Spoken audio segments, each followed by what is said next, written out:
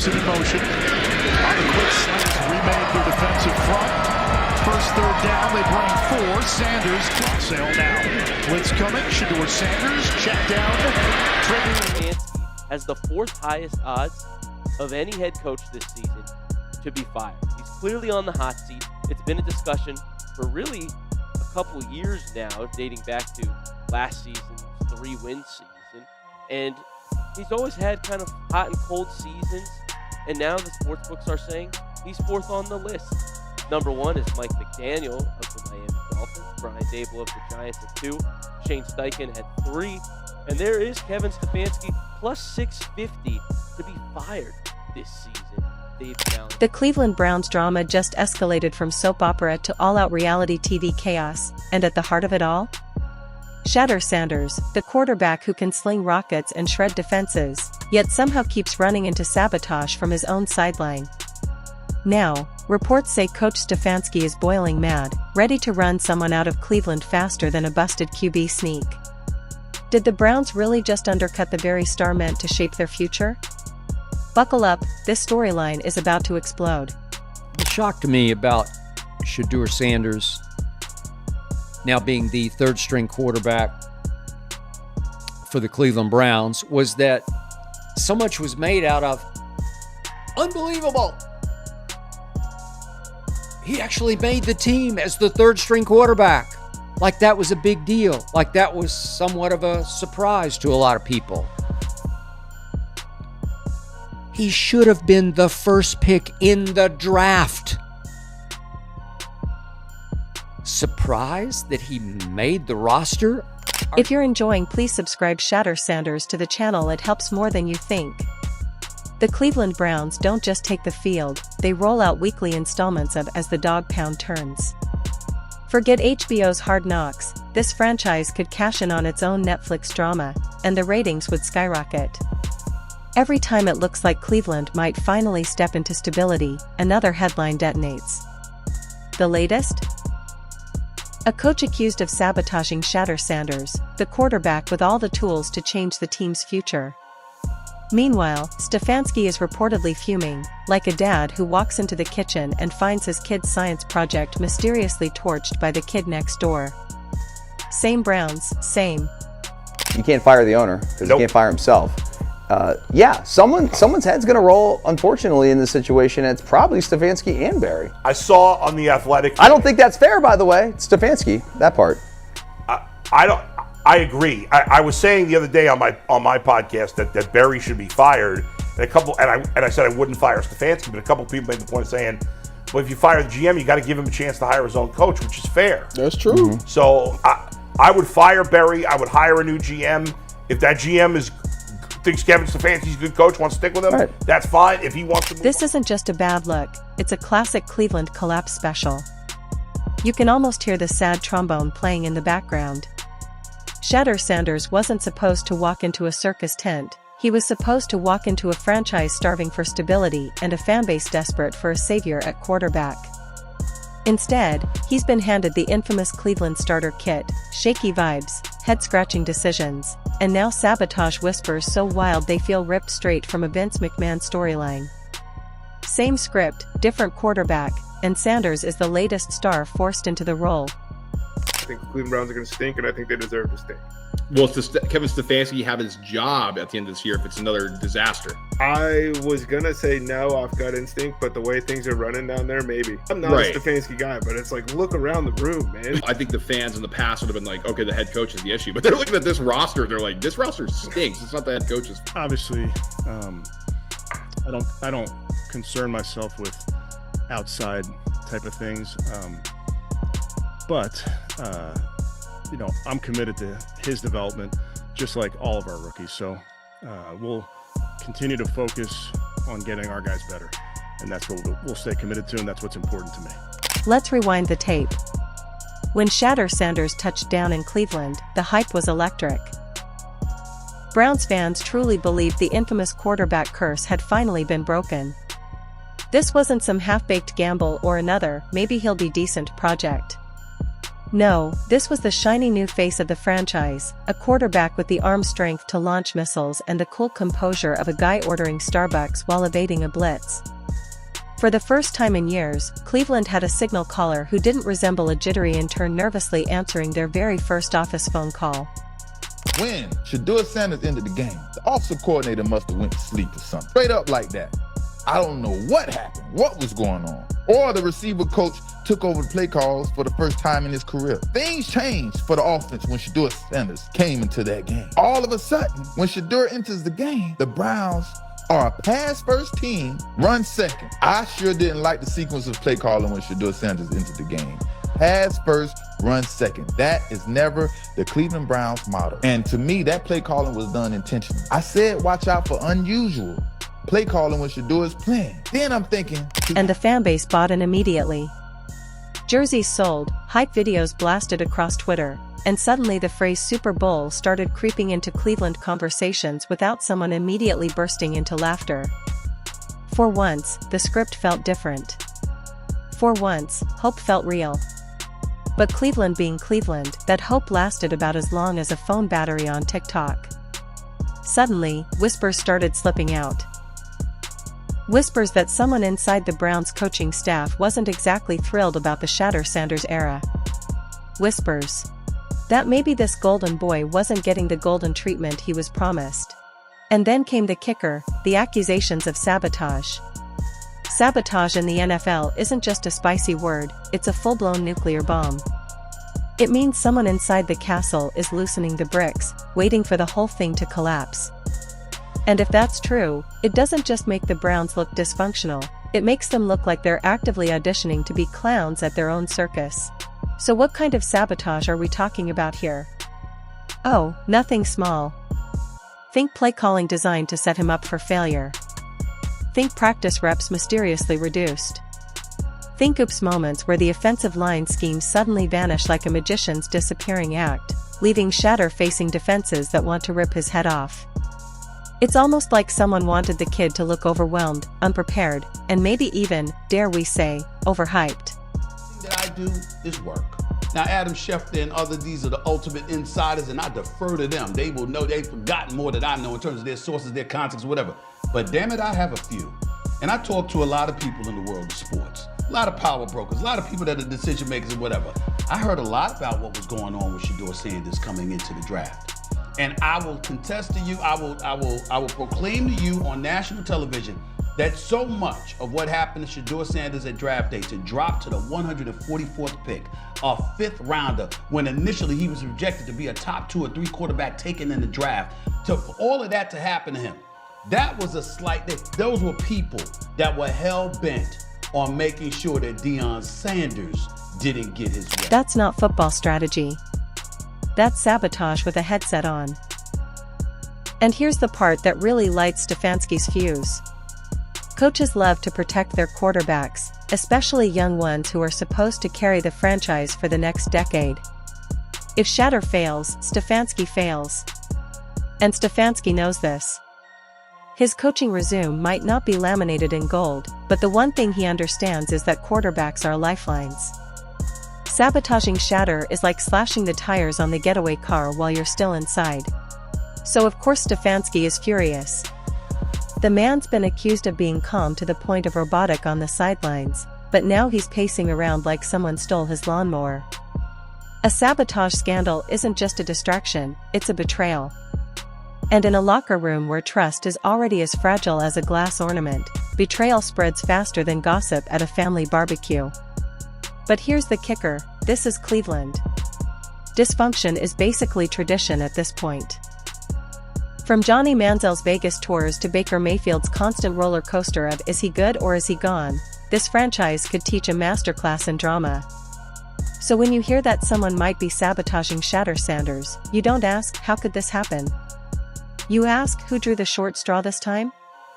And while all this is playing out, think about Shedeur himself. This is a quarterback who walked into the league with expectations stacked sky high. He doesn't just have to be good, he has to be the answer to decades of pain.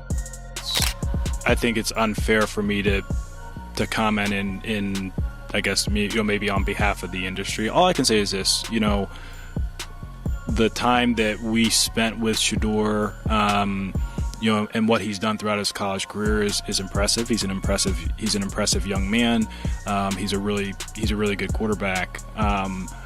Sometimes fit comes into play, and I'd also say this. There are 4 more rounds of the draft, and then maybe lastly, it's less about where you get picked and what you do after you get picked. That's really the most important thing.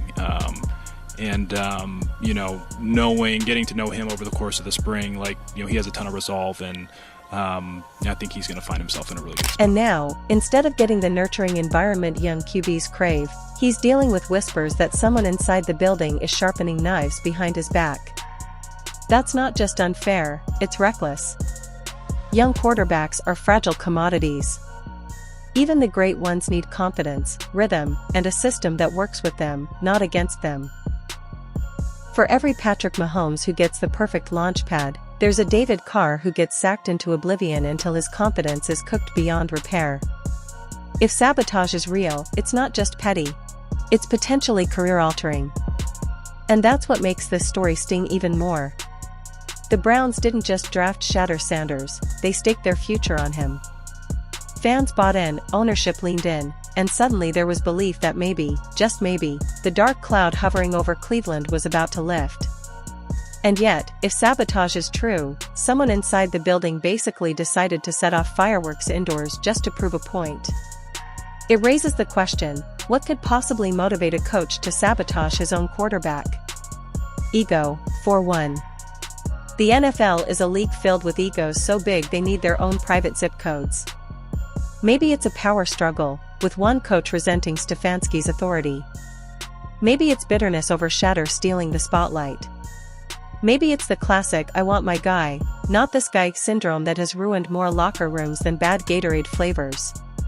Whatever the reason, the result is the same: chaos. And if Stefanski really is fuming to the point of firing someone, it's not just about punishing the guilty, it's about re-establishing order. You can't let your quarterback believe the coaches are divided. Some things that Kevin Stefanski is saying and the way he's going about things, some things are just not adding up. And Ryan Clark of ESPN basically exposed Kevin Stefanski this morning on Get Up. He had a very interesting take on Kevin Stefanski's motive. Also, this is all surrounded around naming Joe Flacco QB1 for opening day against Cincinnati. Well, that came to no surprise. Now the big question is, who is your QB2? You can't let the locker room wonder who's really in charge. And most importantly, you can't let fans think you're about to ruin another quarterback before he's even had a chance. Because if there's one thing Browns fans can't take, it's another wasted promise. They've lived through enough heartbreak to fill an encyclopedia.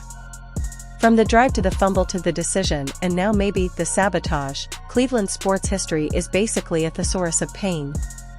And that's why the stakes are so high. If Shedeur Sanders flames out because of sabotage, the Browns don't just lose a quarterback, they lose credibility. They lose the fragile trust of a fanbase that's already hanging by dental floss. They lose the momentum of building something new. And for Stefanski, that's not an option. That's why the whispers of firing aren't just rumors, they're survival. Fire the saboteur, restore the balance, and send a message that Shedeur Sanders is untouchable. Because in Cleveland, quarterbacks don't just throw footballs, they carry the weight of an entire city's sanity. Picture this, Stefanski pacing in his office like a man who just discovered his thermostat has been set to 55 in January. That's the vibe right now. He's fuming because sabotage isn't just unprofessional, it's suicidal. A coach sabotaging Shedeur is like the Titanic's crew deciding to chip more ice off the iceberg to really test the hull. And Stefanski knows the stakes. This isn't just about football, it's about survival. The Browns aren't exactly known for patience. In Cleveland, head coaches get fired with the frequency of reality TV contestants getting voted off the island. So my question to you that we've softly been asking throughout the course of the show, is it fair or unfair, the criticism that the head coach, Kevin Stefanski, is getting in the way that he's handling this quarterback competition? No, it's unfair. Of course it's unfair. Coaches, there is a hierarchy, all right? The higher you are drafted, the more chances you're going to get. If you're a first-round draft pick, guess what? You're going to get more opportunities to look good than if you're a sixth-round draft pick. Dillon Gabriel was drafted in the 3rd round. He's going to get the better opportunities to get better because they think he's a better quarterback. Stefanski might have bought himself some time with a few playoff appearances, but he's not untouchable. If Shedeur's debut season flops, guess who gets blamed first? Spoiler, it won't be the assistant coach who drew up the sabotage plays. That's why he's ready to toss somebody out of Berea faster than an overcooked hot dog at a tailgate. If you undermine the quarterback, you undermine Stefanski. And Stefanski's not in the mood to have his career turned into another sad chapter in the coaches who died in Cleveland scrapbook. Now let's talk about the Browns' reputation. This franchise has so much dysfunction, you'd think it was sponsored by daytime talk shows. If franchises were people, the Browns would be the uncle at Thanksgiving who promises he's changed but still shows up drunk with a broken lawnmower in the back of his truck. That's the legacy Shedeur Sanders walked into. Remember the quarterback carousel? Oh, it wasn't just a carousel, it was an entire amusement park of misery. From Brandon Weeden to Johnny Football to Baker's shoulder saga, the Browns have tried every flavor of quarterback disaster. If you lined up their QBs from the past 25 years, it would look less like a roster and more like a memorial wall. So when Shedeur showed up, fans thought the curse was finally broken. The Browns had drafted not just a quarterback, but a star. And for a brief moment, Cleveland sports misery felt like it had an expiration date. That's why sabotage rumors sting so much. It's not just bad, it feels personal, like someone breaking into your house and eating your last slice of pizza. Performance we've seen from Shedeur Sanders, it wasn't what he was hoping for. He was sacked not once, not twice, not 3 times, not 4. It was 5 times, 5 sacks. That's a lot of time on the ground for the young quarterback. He completed just 3 of 6 passes, 14 yards, before being notably replaced by Tyler Huntley on the final drive of the game. This created a lot of post-game headlines. So what do you make, Emery, of that decision by Kevin Stefanski, who said not to read anything into it? A lot of times with these coaches and coaches like Kevin Stefanski, it's ego over execution, it's plays over plays. And Browns fans don't handle betrayal lightly. This is a city that booed Santa Claus, a city that burned LeBron jerseys when he left, and a city that can turn on you faster than a busted light switch. If they sniff even a whiff of someone sabotaging Shedeur Sanders, you better believe they'll be outside the stadium with torches and pitchforks before halftime. But here's the kicker. The Browns aren't new to internal drama. Go back just a few years, and you'll find coordinators arguing with head coaches, QBs throwing shade at play calling, and general managers making draft decisions that look like they were pulled from a lottery machine. It's like the organization has a group chat dedicated to chaos. And yet, Shedeur's situation feels different. This isn't just about poor decisions or clashing personalities, this is about intent. Someone, allegedly, made the conscious choice to sabotage the franchise's future. That's not incompetence, that's mutiny. That's someone standing in the huddle and calling self-destruct instead of snap count. No wonder Stefanski's ready to fire someone. If he doesn't, the message is clear, chaos wins. The locker room would spiral, the players would lose faith, and Shedeur would be left wondering if he needs to hire a bodyguard just to survive practice. Firing the culprit isn't just punishment, it's a public execution meant to re-establish order. And let's not ignore the ripple effect this has on Shedeur himself. The kid's already under a microscope. Every throw, every read, every audible, analyzed like it's a moon landing. Add sabotage into the mix, and you've got a recipe for mental chaos. Young quarterbacks need support, not conspiracies.